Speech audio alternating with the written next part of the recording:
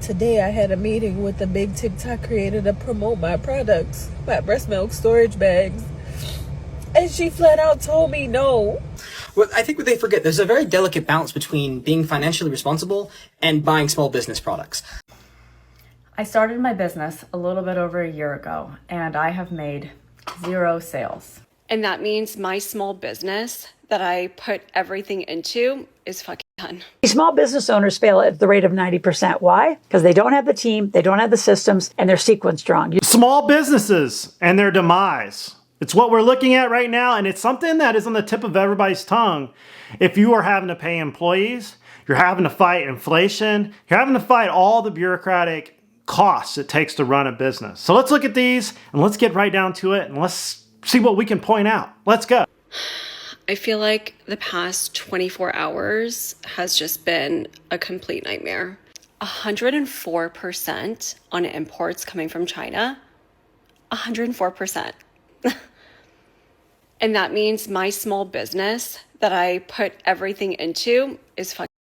I quit my corporate job about a year and a half ago to chase my dreams. I designed and launched a kids fitness brand, and it was going great. I paid fair wages. I built relationships.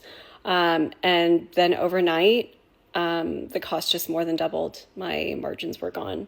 You know, my business doesn't pay for a yacht or a private jet. It pays for our daughter's swim classes. It covers groceries. It helps with babysitters for date nights. This isn't just numbers on a policy sheet. It's real people, real jobs, real families. And now I'm back at square one. So wish me luck.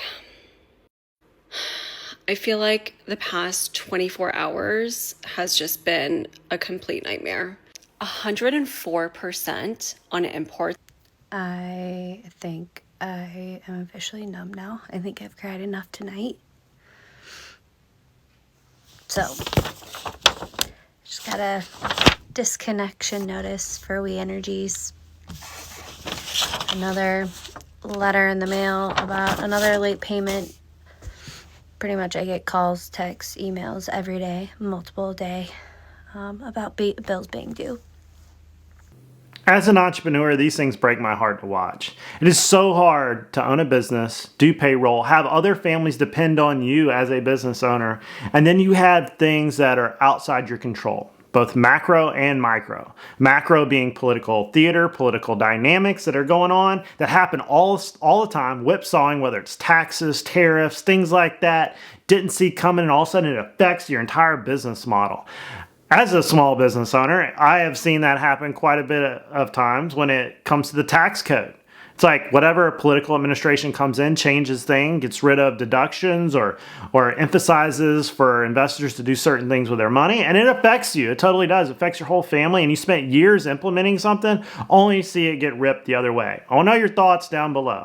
There's a very concerning trend of small business owners coming out and complaining about how people aren't buying their products because they're too expensive or they can't afford them. Well, I think what they forget, there's a very delicate balance between being financially responsible and buying small business products.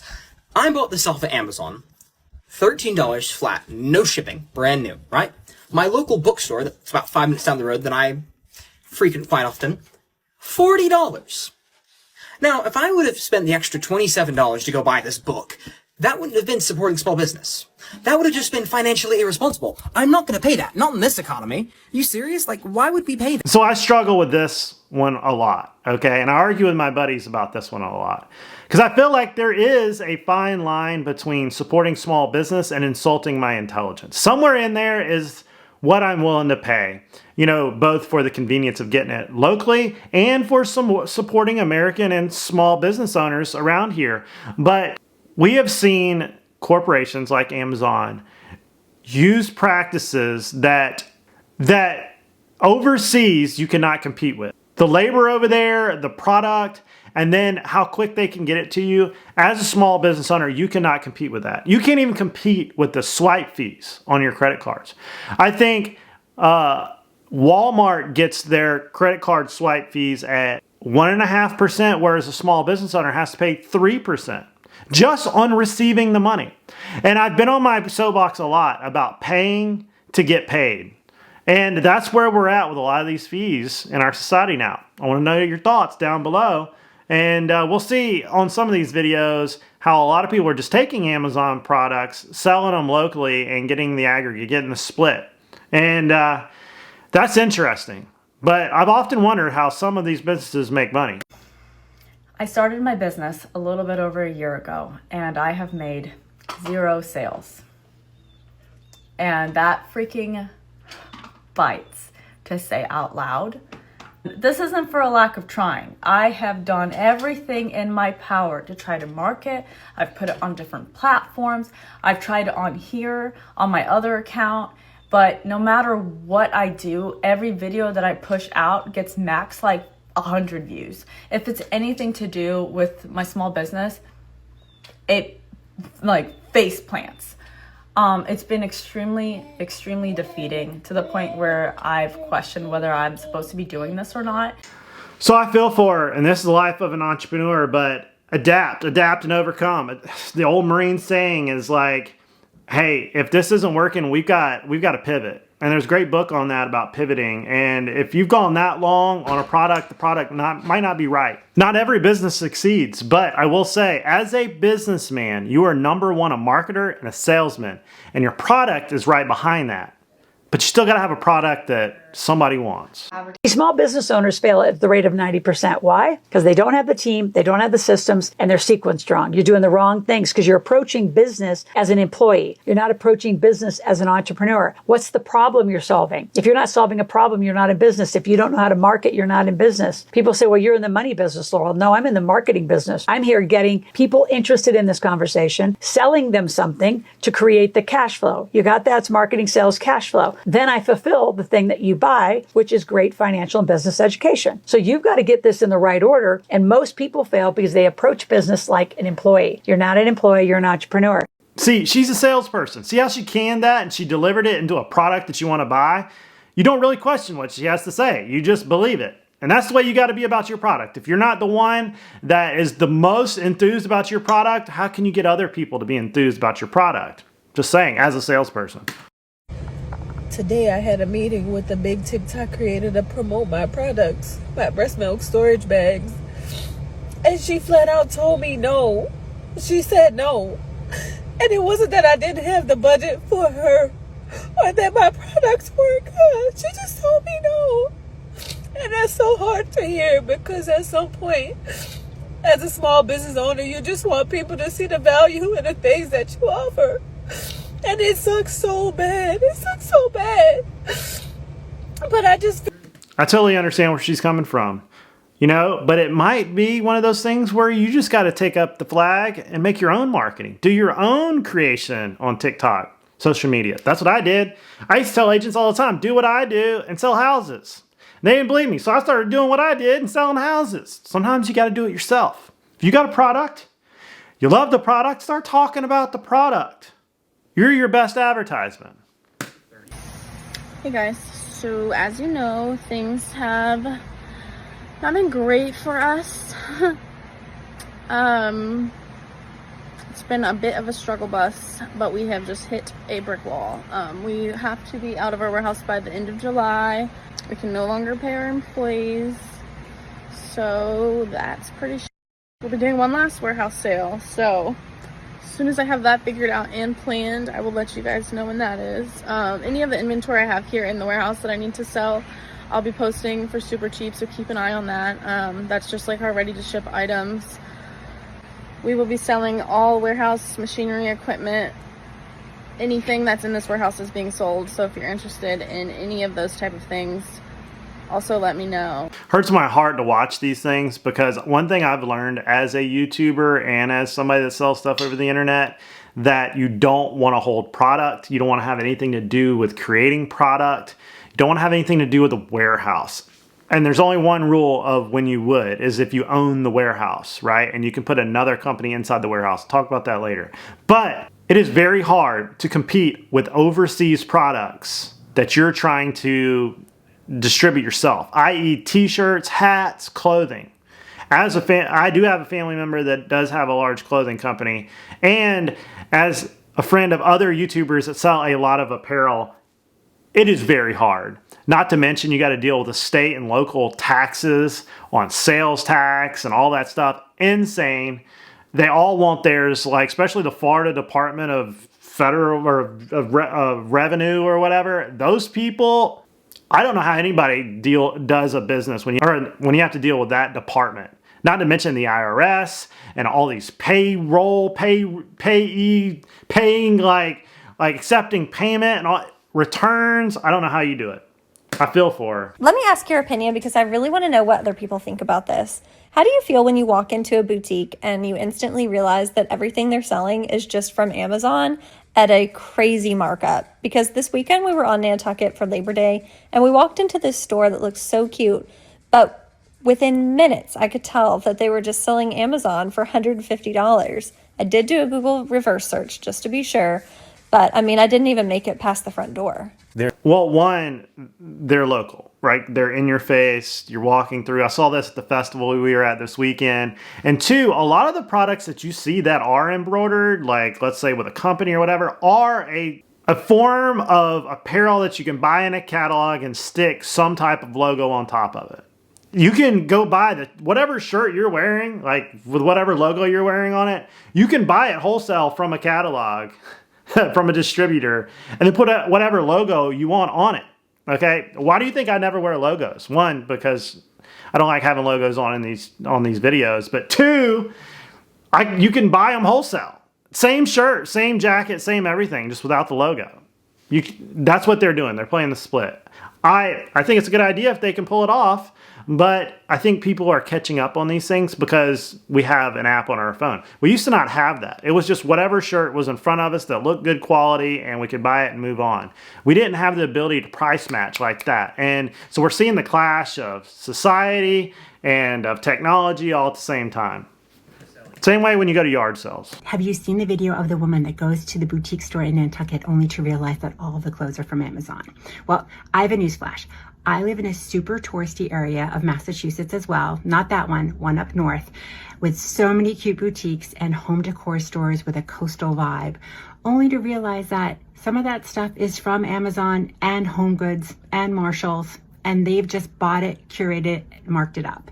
So this is more of a buyer beware. They're using those stores as wholesalers. I see nothing wrong with that. But if you want to treat yourself to a vacation gift and you see something that you love, but you don't love the price tag, go on your phone first. I've been talking about this because do you want to go to festivals? Do you want to go to boutiques? Like, do you want to go and have the atmosphere? It's more about entertainment anyways. Yeah, we can order anything, but do you want to go and see these things? And it's expensive to have the festival. It's expensive to have the storefront. It's expensive to pay the insurance and the employees and the lights and all the things about running a business. Yeah, you're going to have markup. But we also want to go and see stuff and touch stuff. If not, like it would be all digital. And I will say this, it's getting extremely hard to run a digital storefront because of litigation. I've seen quite a few YouTubers get sued recently because of the blind that couldn't navigate their digital storefront. It wasn't disabled friendly. And even when you put the widget into the website that makes it for the blind or the deaf, they still sue you because you knew there was an issue and you put it in there. And they just go around suing YouTubers because it's easy for them to settle out of court. That's one reason why I don't do websites like that anymore. Everything has a cost now, unless it's a giant corporation that you can't sue. You guys are all upset thinking I'm not supporting small businesses. All of Nantucket is small businesses. I'm not here on this island not buying things, you know, whether it's an iced coffee, a croissant, or a sweatshirt. These are all small businesses. I'm not against supporting small businesses. We just went to Bro Denim and bought 2 sweatshirts, $180, 2 sweatshirts for kids. It's not cheap, but I believe in supporting small businesses. We actually are family friends with the owner of Bro Denim's uncle and have met her. Lovely. So we love to support businesses. The problem with the denim jacket is that someone who worked at the store told my friend last year that she hand stitched these Amazon denim jackets. Oh man, that's rough. You know, I'm one of those that needs to touch things. I have a real hard time ordering stuff off Amazon because I can't touch it, especially shoes. I have to put them on my feet. I got weird sized feet. But don't tell me that you hand stitched it when I figure out, because I always go home and look up everything I buy. I'm like weird like that. I'm a maven that I want to know the data on everything I have, and I will find it. And I will be very disappointed. And I have a big mouth. So what do you think about stuff like that? What would you do? I no longer support local coffee shops. I'm not paying $10 for iced coffee. Out of my face. I don't think it's for the coffee. It's to be able to sit down, look on your computer, talk to people. I go a lot of business functions where we meet at coffee shops, or because like a lot of people don't drink and they would rather do coffee than they would actually getting a beer. And you're really paying for the attraction. You're paying for the entertainment. And sometimes they have cool music at coffee shops, or you can sit down and read a book. That's what it's about, not about the coffee. Just my thoughts. This might be a hard watch for some people, but small businesses can be their own worst enemy. Like this morning, it's a Friday morning. I said, let me go get coffee. I forgot to make my iced coffee last night. I'm just gonna go buy it, okay? Try not to support chains. So I said, let me find a small business around here. I look up the first one. They're open from 10 to 2 only. Well, I start work at 7 in the morning, so that's not gonna work. Sounds good. Cool, let me look up another one. Closed on Fridays and Sundays. You know, 2 of like the busiest days for most coffee shops, especially on Sunday, you're gonna be closed. Okay, sure, that makes a lot of sense. Look up another one. They have 4 menu items. It's either a latte or a matcha. Okay, don't like either one of those, so that's not gonna work for me. Find a 4th one. I said, okay, this menu looks good. We're rocking with it. They have a little online checkout, so I go to put in my order. I get a black coffee with cold foam on top. That's it. Nothing in it. And it was $12. You know, restaurants are one of the worst businesses to ever start. And I don't know why everybody defaults to a restaurant, because most of them go out of business. And right behind that's retail, because the margins are so razor thin. I will say this, it is very hard to run a business and never be there. Like, especially if it's a business that is service oriented. I sometimes have to swing by someplace and get something fixed or whatever. Gunsmiths, okay? Like, you can't find one of those guys, and they never show up to the office. But it's like one of those, you need to pop in, you need a small little thing, you just need something drilled and tapped, whatever. There are many things like that. Welders, things that, tire shops, things like you got to go in and physically get something that you can't ship and you need it now. I have a hard time with businesses that have weird hours, you know, and or they don't stick to the hours that they say they have, and you go all the way over there and they're not there, or they don't have the item that you actually needed. I've become handy because of that reason, and I see that's one of the reasons why a lot of businesses fail, is they're just never there. Right now, let me share. I own a salon, a lash salon, exactly, and it's been crazy slow. Slow because people don't have the expendable income to do these things anymore. The cost of everything's gone up so much to the point where people are like, I just can't do it anymore. Or they're trying to do it themselves. And I think in the future, people are not going to go places and do things. I see people hermiting up as we speak. They're just like, one, can't, I don't have the money, and 2, it's just not worth it to me anymore. Like, me and my friends have gotten where we're minimalistic, okay? We don't want to own anything. We don't want to expend money on anything. We don't want to go anywhere. We're all about being at our house, being around the things that we can control, because society's gone crazy, especially with prices. Am I the only one that thinks that? Can I say something? A lot of times these local businesses that people like to hype up, they just suck. People always want to say, oh, you know it's going to be good when the restaurant has this or that, whatever rundown aspect to it. Yeah, sometimes they're good, but a lot of times they're not good. So these are videos of people going and saying they wasted their time at an event. Part of being an entrepreneur is doing a lot of things for free. But that being said, I don't toot my horn as one of the best salespeople, but if I'm in a bind, I can sell something to anybody. I've worked at many of these booths, and I see people that'll just sit there and wait for people to come out and buy their product. One time I waded into a crowd with a bucket full of roses, and I sold the mess out of them. Whereas if you just sat them there, nobody would buy them. But you wade out into a crowd, you're going to sell those things, especially if the price is right. Sometimes you got to be a salesman. You got to put yourself out there. You got to knock down some trees to get some sales, and not just sit there and expect everything to come to you. But I will say that it is hard at some of these places now because people just don't have the money to buy it anymore. I just really want to feel brighter. Okay, how often are you wanting to come in to get your hair done? Oh, I don't like to come that often since I drive from farther away, like maybe every 6 months or so. Are you wanting to be platinum to the root? Yeah. Okay. You'd have to come in like every 4 weeks. Oh, wow. Yeah. The price point for that, it'd probably be about $1,600. For just color? Yeah. Wow. Every 4 weeks? Not every 4 weeks for like the first time. Like 16 to 18, I would imagine. I wouldn't know until I like finish it and how much product I use and how long it takes us. As a bald person, I cannot answer this question. But I will tell you that if you got it, you got it. Go and get it done. But when I was at the mall the other day, I noticed how many kids, young people there, with bags full of expensive clothing that they were purchasing or had purchased. And I was like, look, I got the money to swipe my card on just about anything in here that I could possibly want. And I want none of it. How do most people rationalize some of these things? Like, and I think sometimes, especially some cultures, they do it for themselves and not for other people. Like, I don't understand the materialism. I'd rather have the ability to have my time back, not work so much, be able to keep my money, than to buy a shirt that's probably going to wind up in a landfill within 3 years anyways. So I don't want to do that. I don't understand a lot of the consumerism, but it is very expensive to have a lot of the self-care products that are out there. And it is a sign of stature, you know. We all want to look good, but, you know, we've got to do within our means. And I'm all about budgeting and kind of, you know, saving money. And that isn't worth it to me. What do you think? Is it worth it to you? I have been eyeing a Rolex. I don't think I need it because I'll probably lose it. I lost my last watch. And this watch, for some reason, just keeps sticking around. Wasn't that expensive. I don't know. Caught it on sale. Everybody say start a business. Nothing you sell is oversaturated. It's a lie. People are so addicted to consumerism, they would rather go buy a $30 product from a celebrity than go buy a $10 to $15 product from somebody they don't know. Which is why I'm in between getting a second job and investing in my business, but I don't know what I should do. I don't know what I should do, y'all. I created this product almost a year ago. Good example of that is Burt's Bees. Okay, read the story about Burt's Bees. And he was just a guy that raised bees. And he married a lady that saw that you can make anything out of a bee.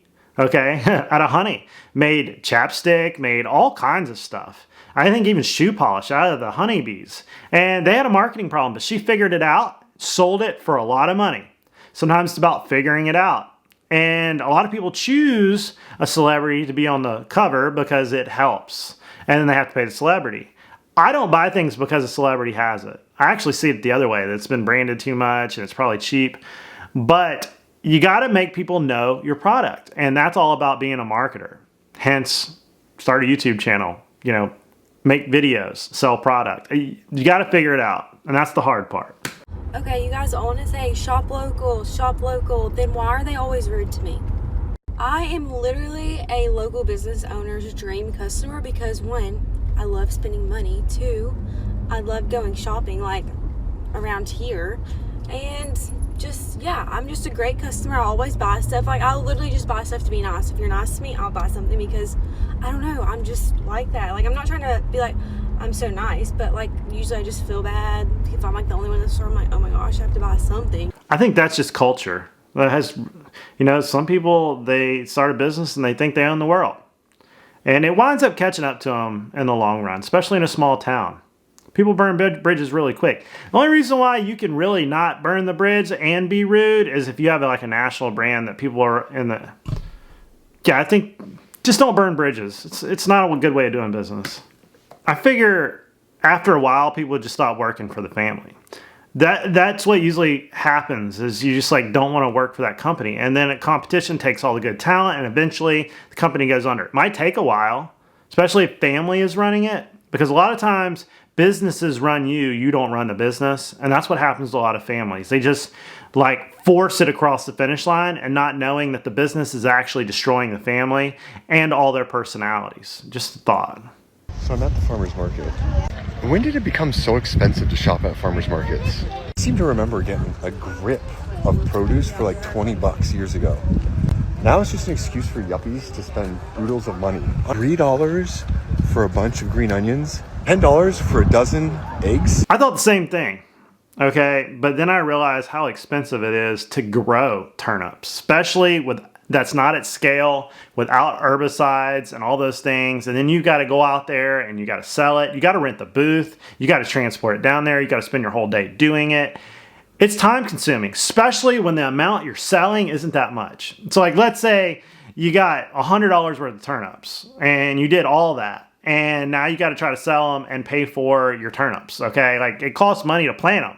Even the seed is expensive. Heck, paid $20 for a handful of packs of seed, and there was probably 10 seed in each pack. It's expensive to run a garden. I've yet to break even on mine out back. How did you determine your pricing? Our cookies are actually really competitively priced. Walk over here with me. Yeah. We have really large cookies. Per ounce, we're actually priced like really competitively compared to like Tiff's. We're actually cheaper than them. $5 is kind of the cap. If it's more than that, they won't buy it. So it was really hard for us at the beginning to actually charge $5 because we just had this idea that people wouldn't buy it. But now I can confidently say our cookies are worth way more than that and people happily pay it. If anybody's ever had to rent a commercial kitchen to make something like this, I got a friend that started a cake business selling cake by the slice. It was a great business. Really hard to run at scale because you meet like an inflection point to where between the health codes and renting the commercial kitchen or trying to do it out of your own house and all these things, you hit a point where you can't get it any cheaper. Okay, you can't create the cookie any cheaper. And you got to make a profit.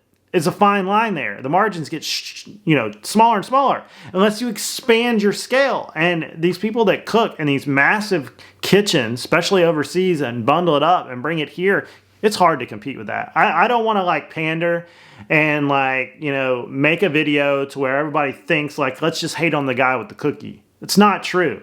It's insanely hard to make some of this food at a small scale. Pity marketing is not a sustainable business model, and I wish that we would quit rewarding it. I've seen a number of viral videos happen in bookish social media spaces lately that have a lot of authors, not just me, talking about pity marketing, which is where people get on camera and cry for social media in order to boost engagement and boost their book sales. A lot of these viral videos are completely made up, whole cloth. These stories never actually happened. There was never a book signing where people didn't show up. There was no book. There was no signing. This is a person who did a little self-published book and then stuck it up on social media and had their friend hide in the bushes and create a couple of videos with somebody wearing a fake wig, or they just sat at a table in a bookstore but didn't actually have a book signing. There was nothing organized with a bookstore.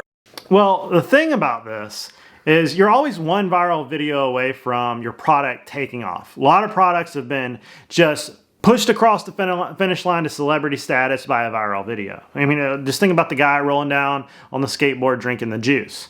But books are very hard to do because you're dealing with a marketing budget, you're a publishing company, you got to overhead, and then there's going to be a company that's going to rip your book off like that, okay?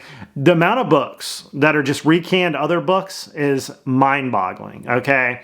And if you've got a great product, figure out how to market, it'll sell itself. But if it's not a great product, probably not going to sell itself. The book market is one that is, I don't know how it's going to survive AI, especially AI and the creation of it. I don't know. What do you think? Comments down below. What hasn't sold yet at LA Comic-Con that I thought was gonna sell right away. So prove me right. These cookie cutters. Oh my gosh, doesn't anybody love functional stuff? Look at this. So cute, the cookie cutter. And this Dragon Ball Z coaster set, you get all 7 Dragon Balls. Because they know you got it off Temu for nothing, and they can get it off Temu, and as soon as they walk out of there, all you gotta do is Google Power Ranger cookie cutter, and they got it. Or they can get it made for like 50 cents. That's why it didn't sell. It's just amazing reading all these comments of what people have to say about these things and why things are so expensive or they're not. And it's interesting to see the pandering versus the non-pandering, especially amongst YouTubers. I don't know who needs to hear this, but small businesses are dying rapidly because of these tariffs. If you really thought that we could move production and manufacturing to the US overnight and that it would be something that we could just buy American made tomorrow, you are delusional. Not only will it take years to build facilities that can house manufacturing, but to get the talent, the people who want to work those jobs, the infrastructure, all of that is going to take years. Okay, and that's if people want to invest in the US. With what's going on right now, it is so polarizing politically. Who would want to bring their money here right now? Okay? It's tariffs one day, not the next. This is kind of where I'm at with the tariffs. Is one day they're here, one day they're not. How do you have a business plan around there? Not really the political atmosphere about it. I kind of get the idea of tariffs. I kind of don't. It's the whipsaw. And I think that's the problem with a lot of business in America. It goes from administration to administration, tax policy to new tax policy, new Florida revenue regulation to not, New York mayor to not, all these things. It's 4 to 8 year spans of changing your business plan. That's where I'm at with this. We're isolating ourselves from the rest of the world. And what Donald Trump is doing by imposing these tariffs, it's making us be in a trade war with each of them, some who did not deserve it. And he's basing it off of trade deficits, not tariffs. That is a total lie. And I'm so sick of the misinformation being shared and so sick of seeing all the videos of small business owners. No one is doing textile manufacturing. No one is building these things here. And it won't be for a long time. So instead, in the meantime, what used to cost them $10 to make is now costing them $40. Okay? We are paying for it. Us and that small business owner. Not the governments. No government is paying for that. And I am seeing business after business saying, oh my God, what am I going to do? This is going to stifle innovation, entrepreneurship, and any small business owner here in the US. So if you still are on the side that this is for America, you're wrong. I don't know who needs to hear this. What are your thoughts down below? I get it. I couldn't imagine trying to create a boot.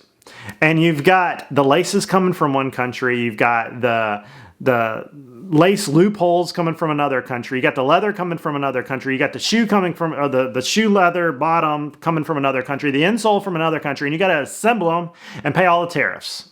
My head would explode trying to do the math on all that. And if it changed 3 times within the year, that could make you go under. Not necessarily whether you agree with it being a left thing or a right thing. No, it's really like just from the business standpoint, the math standpoint, as an entrepreneur, dealing with the whipsaw is where I would lose my mind. That's why I don't develop those type of things. And it would take a very long time to get that manufacturing here. More than 6 months, more than a year. We would have to have 10, 15 years of this is the rule, and let us play by the rules of the game, and let's figure it all out with supply and demand. Can't whipsaw it. That's just my opinion. Don't shoot the messenger. I want to hear your opinions down below. Let's somewhere we'll get there we'll meet in the middle. But that's all I got, everybody. I know I gave my opinion by the truckload on this one. There's a lot of cool things going on. Small business is something that I truly am passionate to talk about. As a small business owner in multiple sectors, I know a lot about it because I've gotten my hand stung on a lot about it. Not like some young YouTuber that's never done anything that is giving you an opinion or running a panty or trying to start a pander party on how to run a business. No, like you gotta get your hand stung a lot in entrepreneurship. You're gonna go broke a lot in entrepreneurship. And you gotta pick up the pieces and start over, adapt, and overcome. And that's how we make it. Because you're gonna work 80 hours for yourself instead of 40 hours for somebody else. But you know what? You love it because you're in charge. And every day you wake up unemployed and you gotta start all over again. That's the rules of that's the life of an entrepreneur. But don't forget to like and subscribe, and I'll see you guys in the next video.